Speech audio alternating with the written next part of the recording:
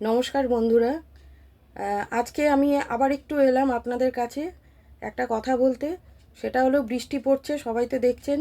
সে টিপ টিপ হোক বা মাঝারি হোক বা জোরে হোক হচ্ছে। তো আপনাদের জন্য আমার চিন্তা হয়, সেই জন্যই বলছি। বর্ষাতি ছাতা এগুলো তো ব্যবহার করবেনই। সব থেকে বড় কথা হলো, রাস্তা কিন্তু ভীষণ কাদা এবং পেছল। খুব সাবধানে দেখে শুনে চলাফেরা করবেন।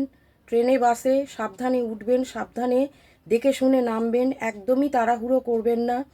কারণ ভগবান না করুক কিছু ঘটে গেলে বা পড়ে গেলে কিন্তু আপনারও যেমন কষ্ট ভোগান্তি, আপনাদের পরিবারেরও সেরকম কষ্ট।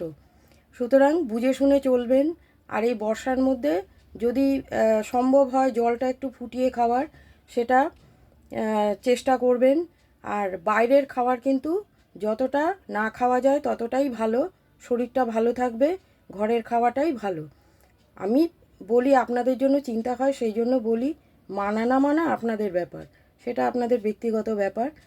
যাতে আপনারা ভালো থাকেন, ঈশ্বরের কাছে এটাই সর্বদা কামনা করি। সবাই ভালো থাকবেন, সুস্থ থাকবেন। ধন্যবাদ।